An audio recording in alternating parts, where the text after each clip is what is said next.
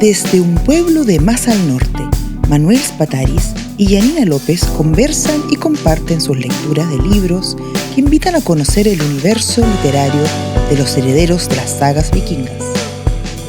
Bienvenido y bienvenida a este viaje por Letras Nórdicas, el podcast que te acerca al placer de leer literatura escandinava.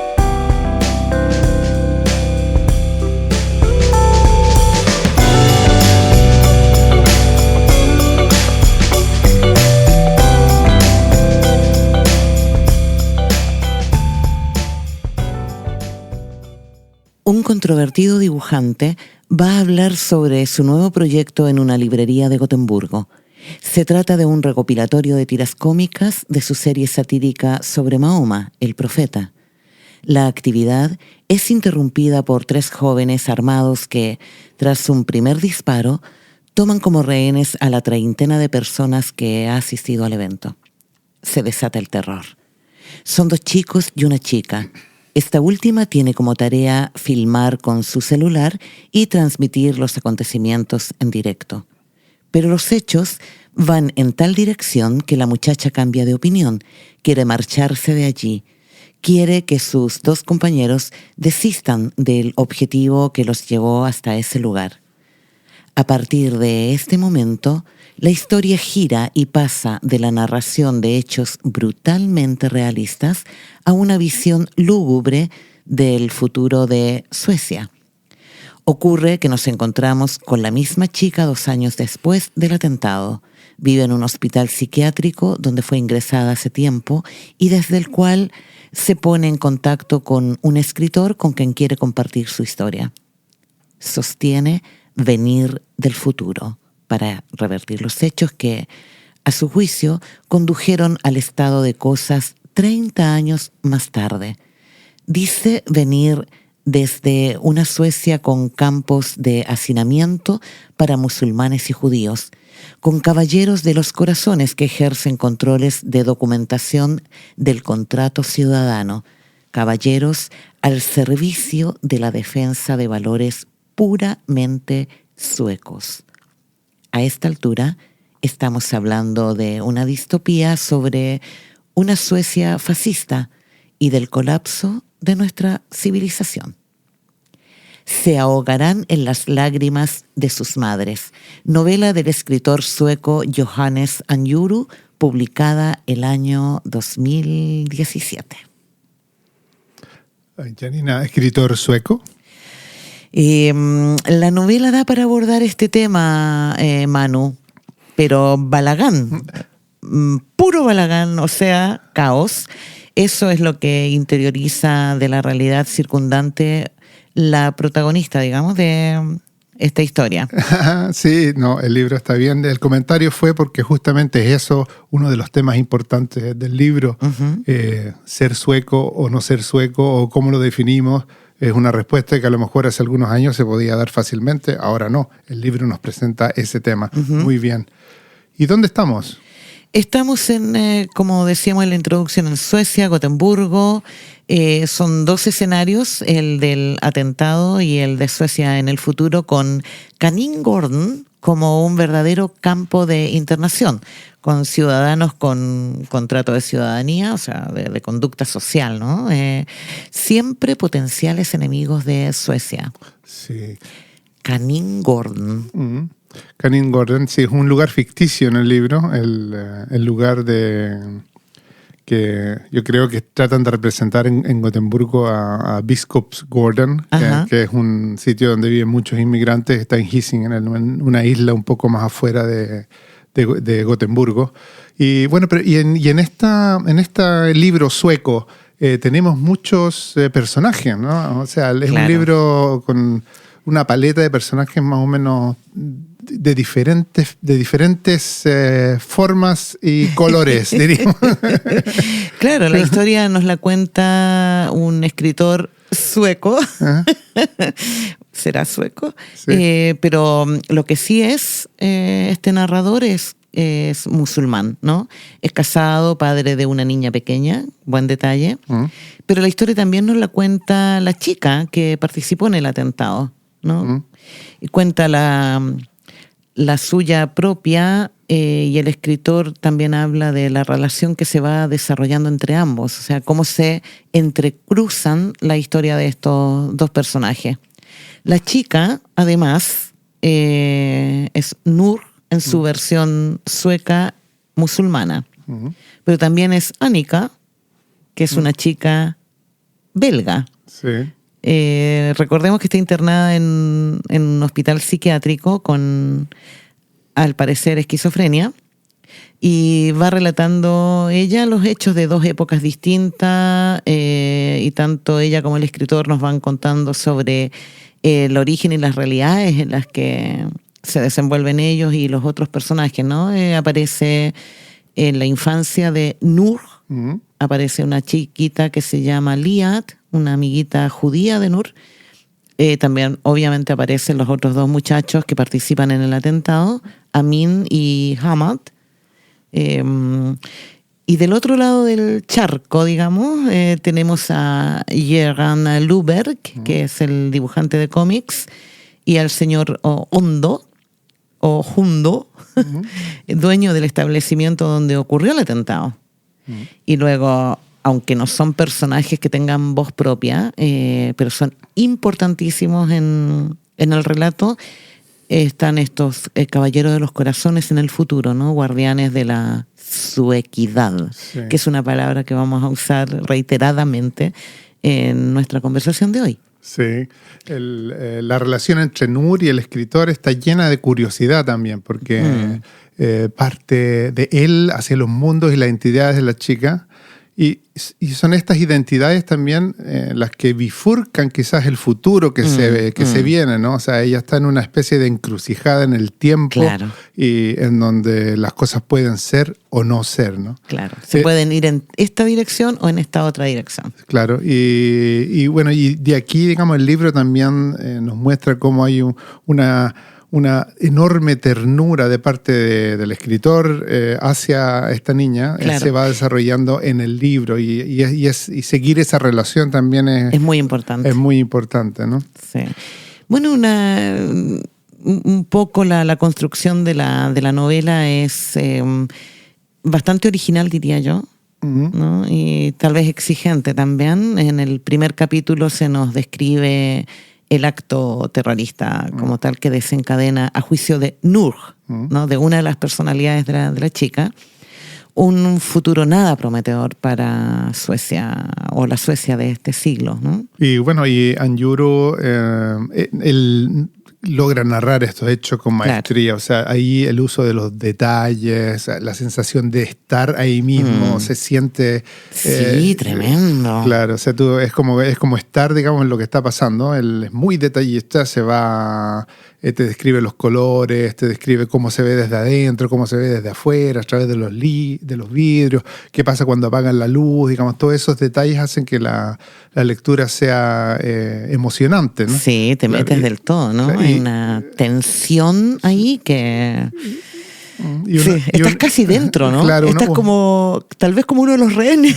Uno logra imaginarse cómo pudo haber sido, ¿no? Y los detalles también... o sea, pequeñas transiciones también te hacen profundizarte un poquito más en lo que está pasando y sentirlo en la piel, diría yo, ¿no? Cierto, cierto que sí, te produce muchas emociones.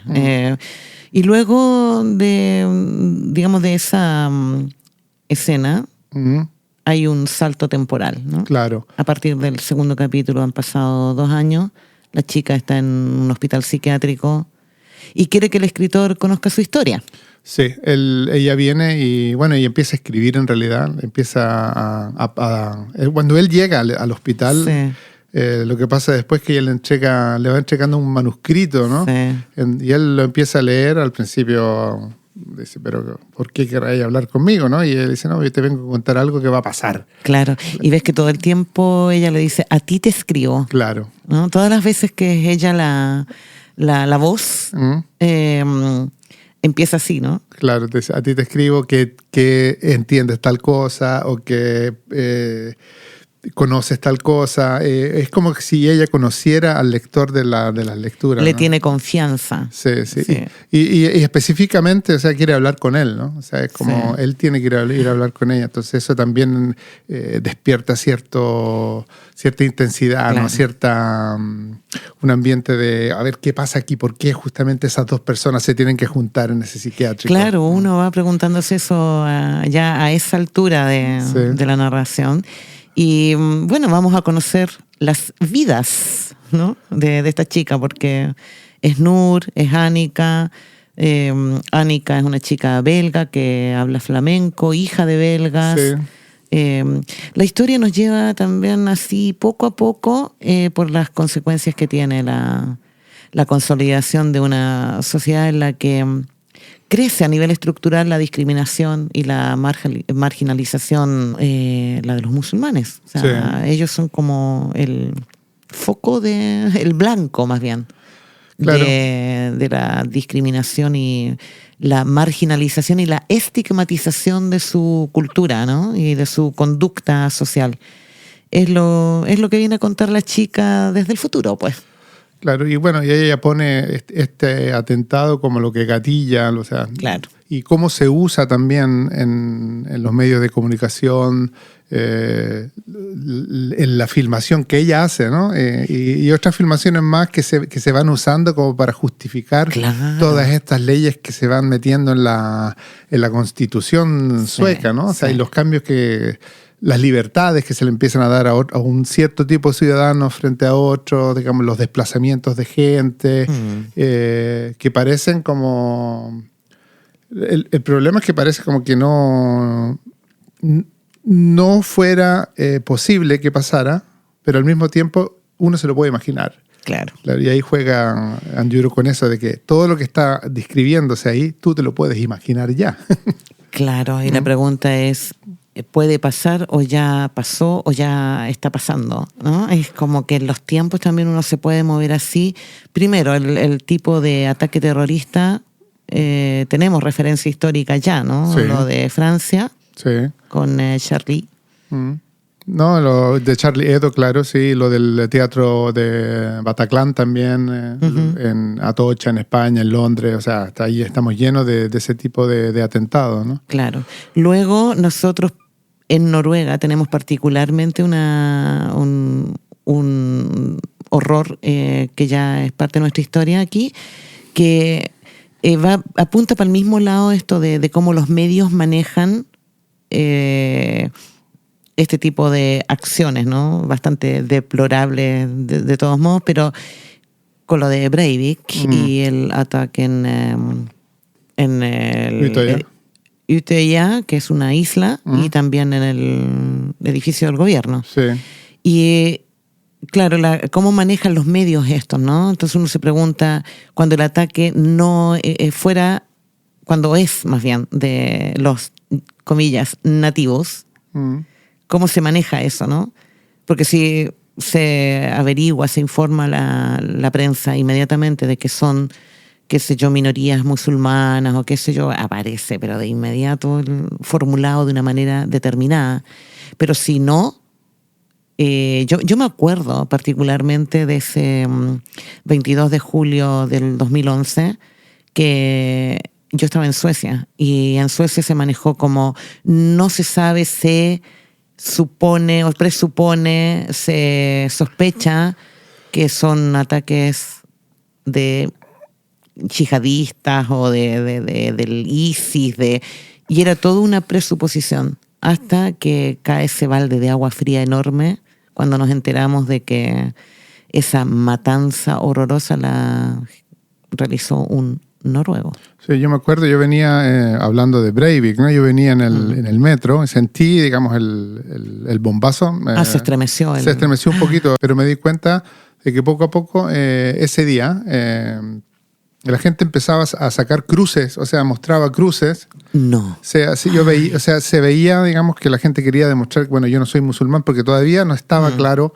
Y claro, o sea, cuando llegó lo que yo pensé, y lamentablemente es algo terrible pensar esto, ¿no? Yo pensé, ojalá ojalá que no haya sido un musulmán. Claro. Porque, o sea, la mano ya venía pesada de antes, ¿no? Claro, Así que de que esto tan terrible que sucedió a manos de un terrorista de extrema derecha, un neonazi, hizo quizás también entender que no se trata, digamos, el terrorismo no es algo que viene solamente de los musulmanes, ¿no? De un tipo de cultura. Claro, sino que tiene que ver con ideas de violencia radicales y Así que ese es uno de los tantos cuestionamientos, tantas las cuestiones que invita Anjuru, a mi juicio, a reflexionar, ¿no? Atentos a cómo formula la prensa tales o cuales cuestiones dependiendo de quién las cometió. Y bueno, y otras tantas cosas que vamos viendo en el libro. Canine Gordon, claro, ¿no? Que es, creo que lo tradujeron como patio de los conejos. sí. Gordon no es necesariamente un patio para todos, los que entendemos lo que entendemos por patio, pero aquí estamos hablando de una otrora tal vez finca inmensa. O sea, cuando decimos patio aquí estamos hablando de un territorio bastante grande, ¿no? Una barriada con edificios, con normalmente periféricas, ¿no? Que no están en el centro de la ciudad, sino que por ahí. Y mira, pues llamarlo canín, que es conejo, ¿no? O sea, el lugar de los conejos. Los conejos se reproducen así de manera masiva y rápida, así son enormes cantidades. Sí, ¿no? Y también en la casa, los conejos son, o sea, la gente sale a cazar liebres y conejos, claro, con perros. Claro. Entonces sí, es como bien terrible el nombre que usa en realidad, ¿no? Sí, tener eso como escenario principal, como lugar donde el maltrato reina, ¿no? Es como una especie de campo de concentración donde viven los declarados y los potenciales enemigos de Suecia. Sí, son enemigos de Suecia, los que no se quieren poner en la línea del contrato ciudadano que ya es una realidad en esa realidad que vive Nur, claro. Contrato ciudadano, no un documento que tiene que estar al día. Sí. Porque si no... Claro, es terrible. Les cierran las cuentas bancarias, no tienen acceso a las ayudas sociales. No te dan trabajo. Claro. Sí, ahí nos recuerda cierto tiempo en nuestra historia, la historia de Chile, diría yo, digamos, cuando a mucha gente también se les trató de esa manera y si no se iban, se tenían que ir se renegaban a alguna isla o algún lugar así también, ¿no? Y uno lo puede ver en varios lados con varias cosas. El Green Card de Estados Unidos. Sí. Acá mismo, bueno, hay para los no residentes, digamos los que no tienen residencia permanente, también hay unos documentos que acreditan que pueden vivir en estos países transitoriamente. Sí, ¿no? Y bueno, y lo que es muy actual también ahora esto de la discriminación y la segregación del pueblo palestino en Israel, en donde hay que tener papeles para pasar de un lado a otro, se han hecho muros y los derechos de uno no son los mismos de los otros y hay mucha discriminación. Claro, a pesar de que los derechos existen, tampoco se respetan las leyes. Y esto ha generado un conflicto, ¿no? Y es justamente eso lo que pasa aquí, porque también te explican por qué se llega a tener esta reacción, digamos, de querer matar y volar gente, porque o sea, detrás de esto ya hay una historia, ¿no? O sea, es decir, esto de que yo creo que estás apuntando, Manu, una cuestión súper importante, que la historia no empieza en la vida, no empieza con un acto de terror concreto. No, que hay algo detrás. Y eso es súper importante. Hay algo detrás, ¿no? Y justamente esto ella te explica, porque viene de tantos tiempos, ¿no? Que ella te explica o sea, no lo veas como que es algo de ahora, ¿no? Sino que el tiempo te va dando a ti la razón de por qué esto está sucediendo. Sí, cuando nos van describiendo la figura y las vidas de los otros dos chicos, de Amin y Hamad, se entienden bastantes cosas, ¿no? Claro. Entonces ese trabajo de querer mostrar también esa parte es importante en el libro y lo hace muy interesante, muy actual. Sí, a mí me pasaron cosas, bueno, entre otras,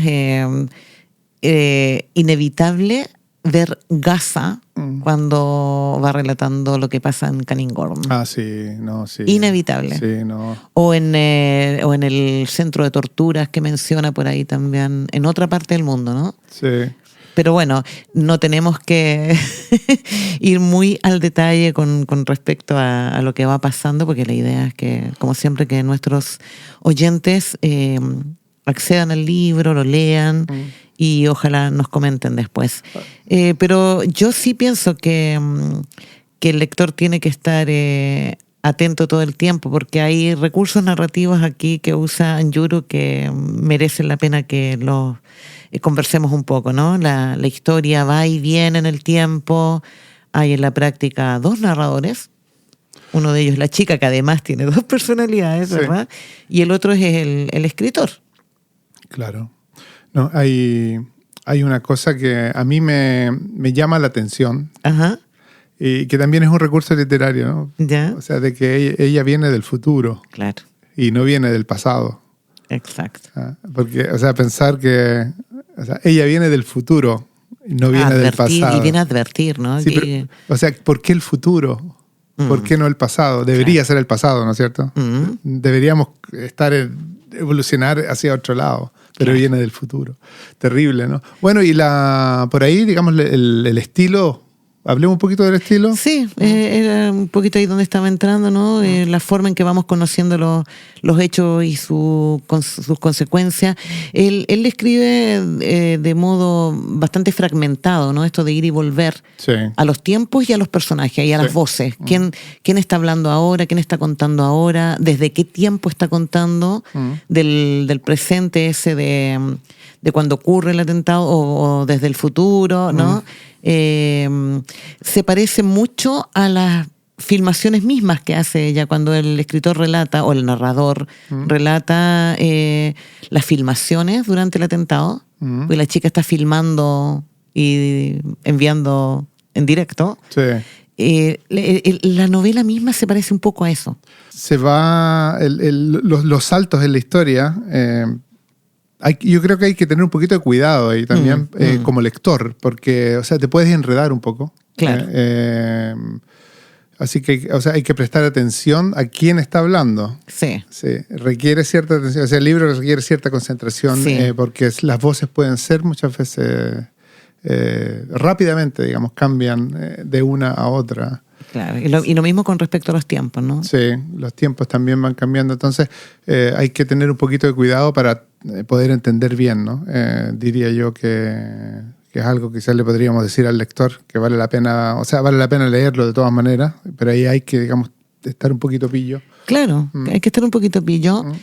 Al mismo tiempo, es una manera de narrar llena de tensión, como hemos dicho antes, de misterio, de intriga, y eso también te mantiene todo el rato atento y queriendo seguir, ¿no? Sí. Queriendo seguir, ¿para dónde vamos aquí? Sí. ¿Para dónde vamos, no? Entonces Anjuru nos acerca a través de esta historia a un posible y lamentable desarrollo de la sociedad a través de esta forma de narrar.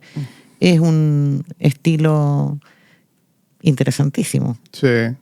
Sí, un estilo de escritura también en donde Anjuru no solamente ocupa, digamos, estos recursos que tienen que ver con quizás la estructura del libro, pero también domina muy bien la lengua. Sí. Sí, tiene, el sueco. El sueco, digamos, él usa un sueco rico, a pesar de que intercala, digamos, palabras árabes todo el tiempo. El sueco de él, digamos, no es un sueco, por decirlo así, de inmigrante, ¿no?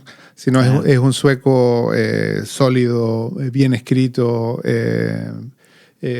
rico en el uso de palabras, en el uso de expresiones, y combina mucho la prosa poética, se queda, digamos, ocupa tiempo para darnos esa sensación de poesía y de ritmo, y luego nos cuenta cosas que a lo mejor quizás son muy, muy duras, ¿no? Muy, muy duras. Sí. Que gatillan la reflexión, los sentimientos, y nos hace reconocer las situaciones, ¿no? Claro, que son sumamente actuales. Claro. Sí, bueno, iba poniendo todo el tiempo el foco en la identidad, en la memoria, la memoria colectiva en la historia, ¿no? Entonces uno no puede evitarlo, ¿no? Uno como lector no puede evitar pensar en cosas que han pasado, que están pasando, y él más encima nos dice y que pueden llegar a pasar, ¿no? Sí. O sea, es como los tres conceptos que tenemos del tiempo, ¿no? Pasado, presente, futuro. Sí.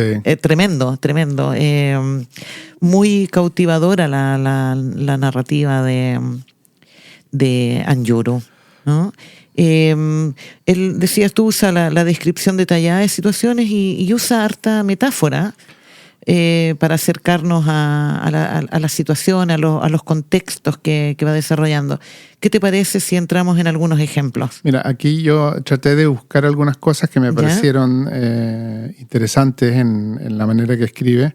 Te quería leer justamente lo que tú mencionaste, de que él le habla, o sea, ella le escribe a él, ¿no? Ya. Entonces, esta forma de agarrarte y decir, bueno, tú vas a ser el que me va a escuchar. Claro. En la página 135, la edición en castellano, dice, te escribo a ti, que todavía tienes palabras para eso que te pasa, y cuyo mundo entero se encuentra, pues, envuelto por el mío.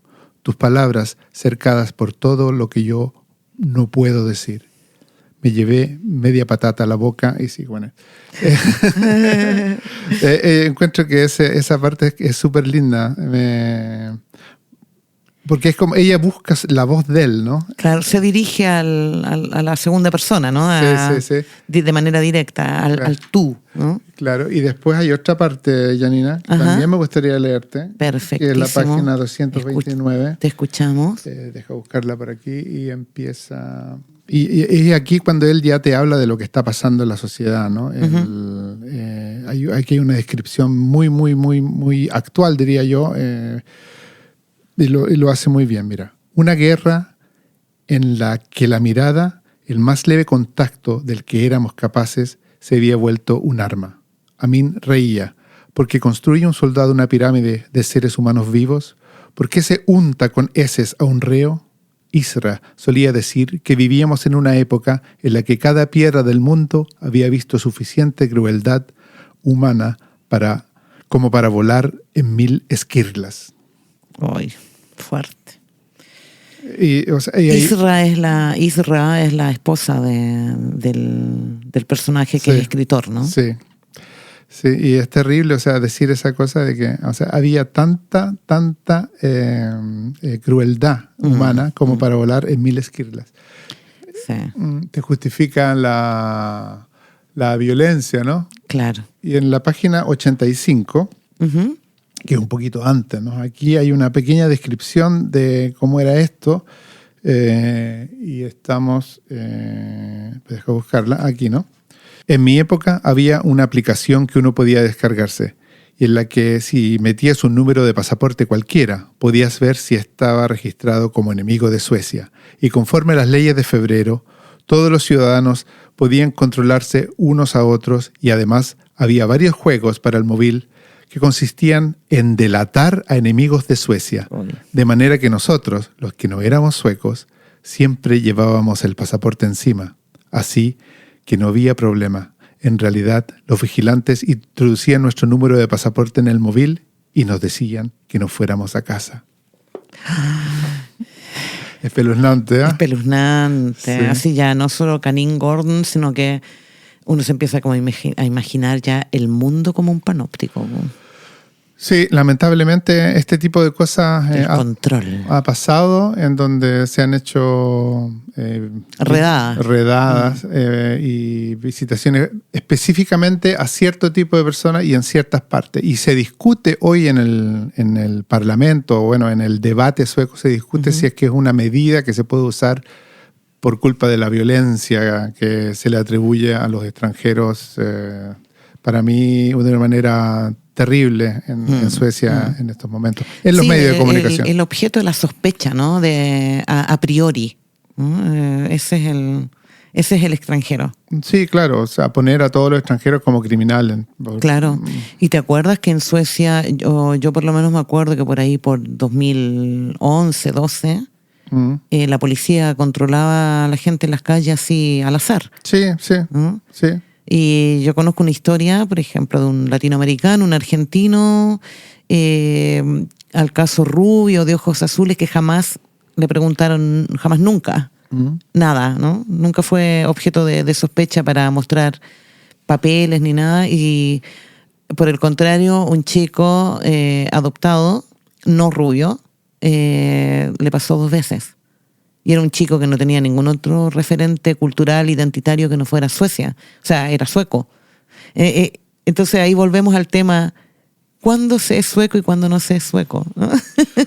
Bueno, interesante lectura, Manu. Evidentemente la pluma de Anjuru conmueve. Sí. No solo por ese dominio férreo, ¿no? de la lengua, sino también por su compromiso social, en este caso político, provocando esta especie de introspección, nos hace reflexionar como lectores, bueno, abordando temas tan actuales como lo son la discriminación, la violencia social, el racismo, ¿no te parece?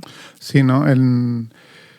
Ese tipo de problemas no ha estado en la literatura escandinava, por decirlo así, de tal manera como él la presenta, ¿no? Tan frontal, porque esto es así.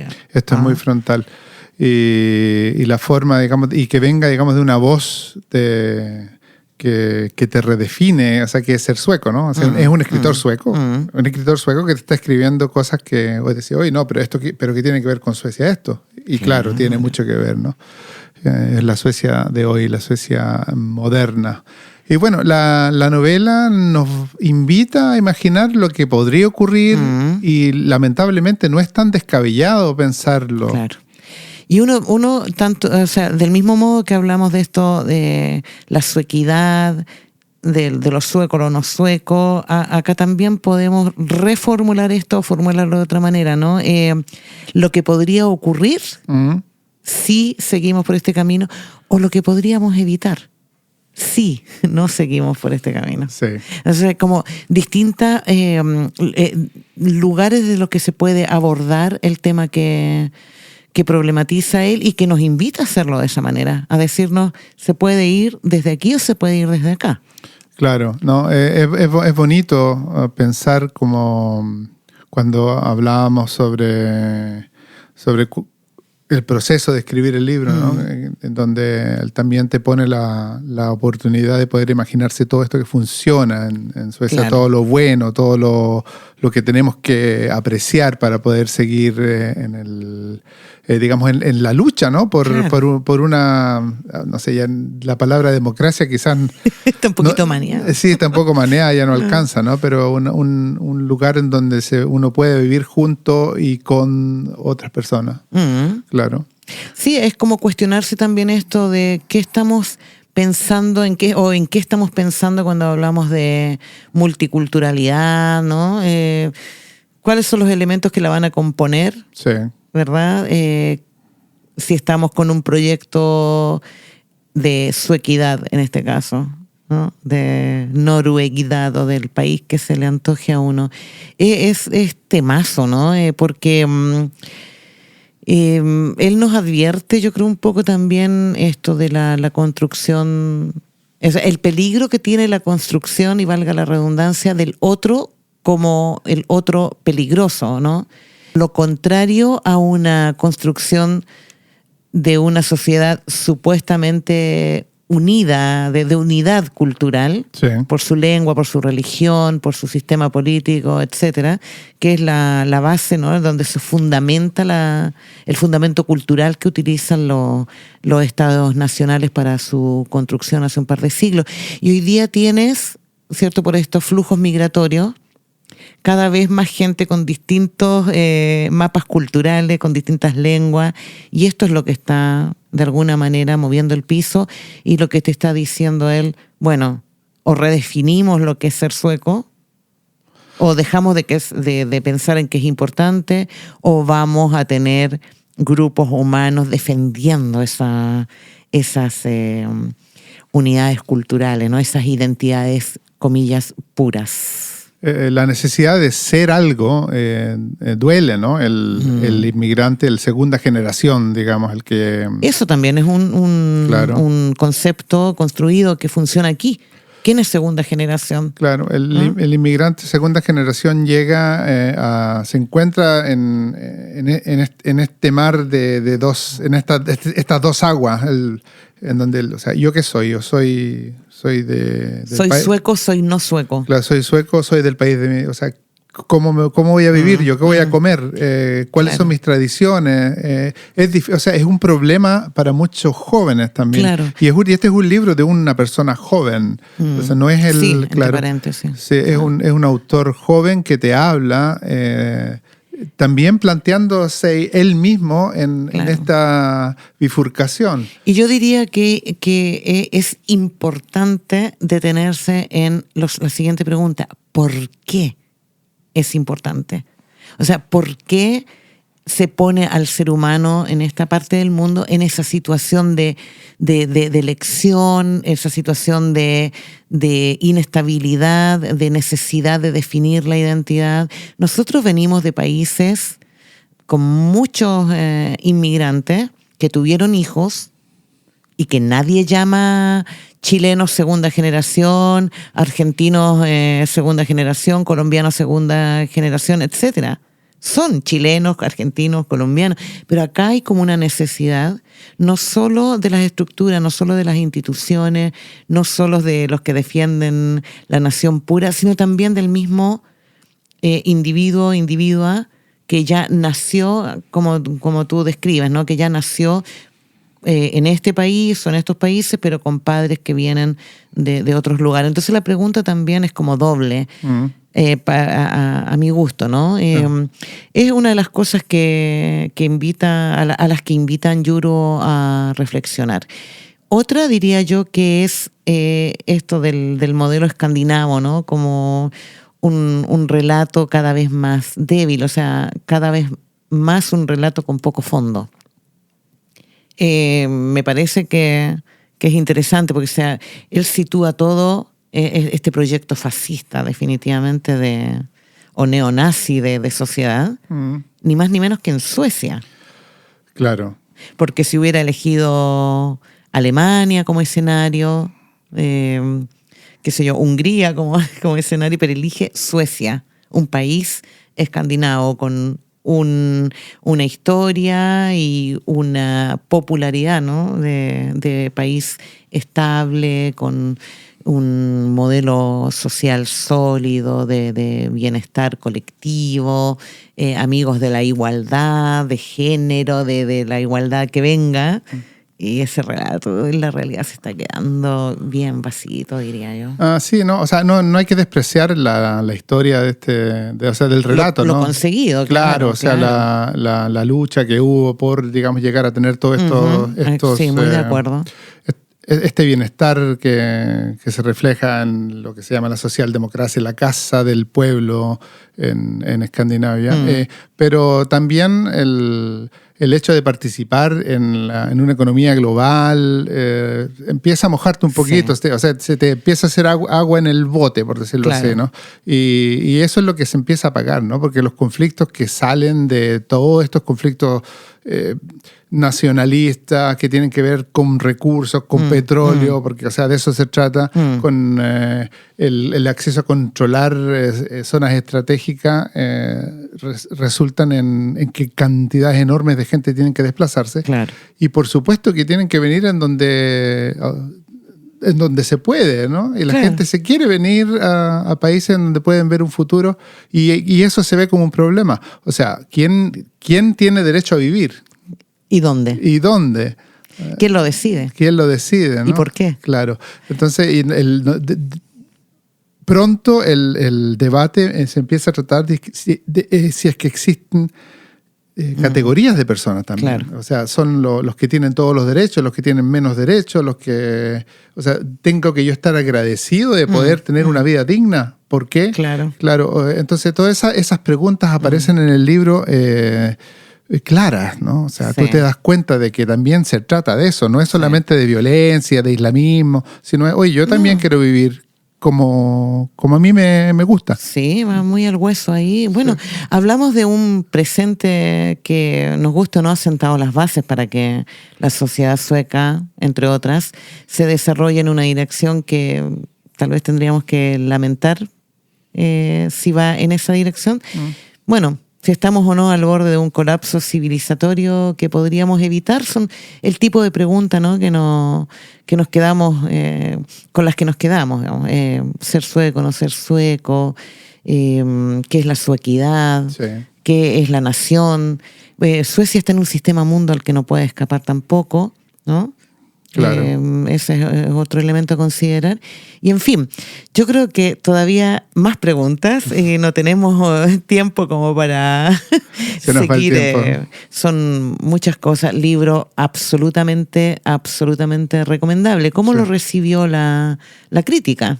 Bueno, la novela es recibida como una novela muy importante porque aborda esta temática tan actual, ¿no? En lo que hablamos, de lo que se trata el podcast hoy día, diría yo, el desarrollo del racismo y la violencia en las periferias urbanas de muchas ciudades europeas. Y bueno, y la mal llamada crisis migratoria también, ¿no? O sea, Claro. y A propósito de enunciados en los medios de comunicación, crisis migratoria, es como una... ¿no? Claro, es esa mantra que se va repitiendo Claro. todo el rato, ¿no? Que te va cambiando la idea y la visión. De cómo mirarte yo a ti, cómo nos miramos entre Claro. nosotros. No son los flujos migratorios de toda la historia de la humanidad, esta es una crisis. No, son los filtros mediáticos Claro. los que están creando esta crisis también. Y así, ¿no? Bueno, datos biográficos de nuestro escritor. Mira, este escritor nace en Burós, a 60 kilómetros de Gotemburgo. Él se cría en estos Miljonprojekter. Claro, esos barrios para la gente con menos plata. Claro, son una medida buena, por decirlo sí, así, ¿no? sí, sí. Porque la calidad de las casas en Suecia es muy, muy buena. Él es novelista, poeta, dramaturgo y contribuye a la prensa. Ya. Claro, tú puedes leerlo en el Aftonbladet, por ejemplo. Y ha ganado su buena cantidad de premios, Anjuro. Le dieron el Augustprisen por este libro en el 2017, el Dublougprisen también, que es un premio dividido Noruega-Suecia. Le dieron también en el 2018 el Björnsonsprisen por los temas que toma en sus libros. Y ha sido nominado 2 veces al premio más alto, que es el premio del Consejo Nórdico. Lo fue en el 2012 y en el 2017 también. Y bueno... y así una larga lista que nuestros oyentes pueden encontrar si van a Google. Sí, sí, hay una muy buena lista de bibliografía. Y bueno, quisiera decir que hoy se está lanzando el último libro de él. En Gotemburgo. En Gotemburgo. ¿Nos vamos a Gotemburgo, man? Claro, en el Festival Clandestino se lanza un libro que se llama Facta. Facton en sueco, Manu. Claro. No sabemos todavía cómo lo van a traducir al castellano. Y en él también tiene poemas de escritores palestinos que han sido asesinados en el genocidio de Palestina, y habla también del problema en sí, ¿no? De una manera poética. Es un libro de poesía.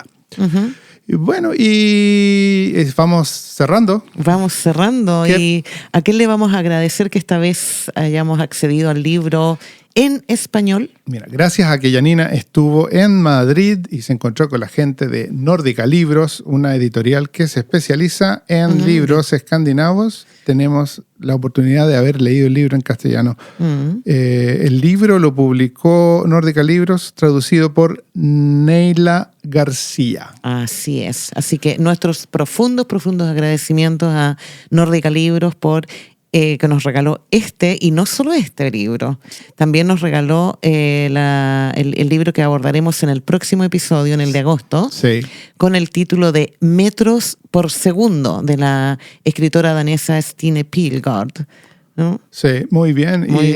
Y así que el danés será el próximo episodio. Y bueno, y viene la segunda. Pero antes, claro. Sí. Antes viene nuestra segunda edición especial, ya que Janina estuvo en Madrid, la conversación que tuvo con Diego Moreno, el fundador, editor de Nórdica Libros. Así es. Una historia de amor de 18 años por las letras nórdicas. Así es.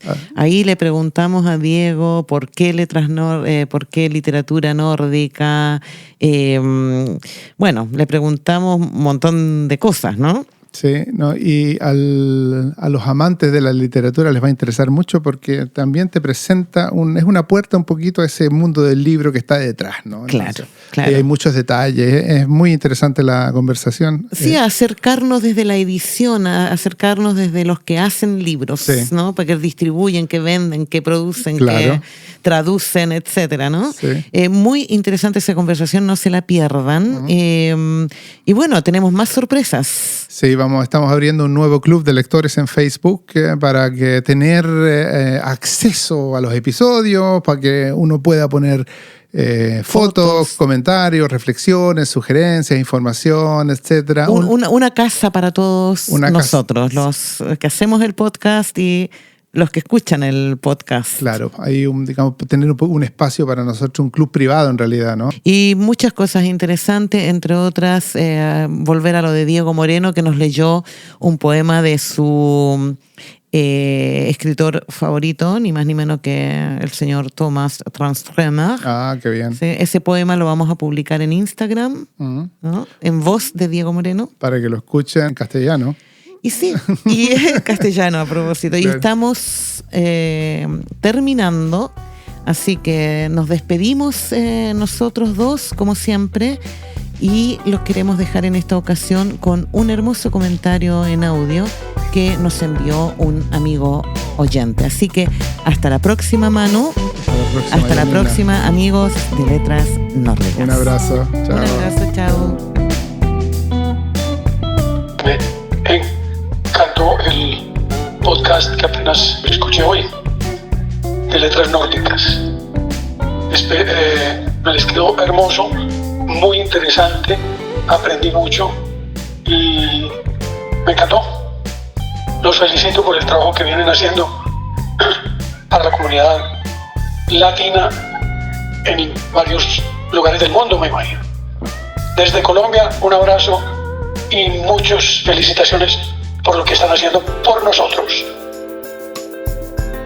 Letras Nórdicas, programa dirigido por Manuel Spataris y Yanina López. Diseño sonoro, montaje de sonido y música original de Cristian Ruiz. Diseño de logo, Borin Spataris. Y la voz en off de Lexi Coren. Escúchanos en Spotify, Podcaster o YouTube. Hasta la próxima.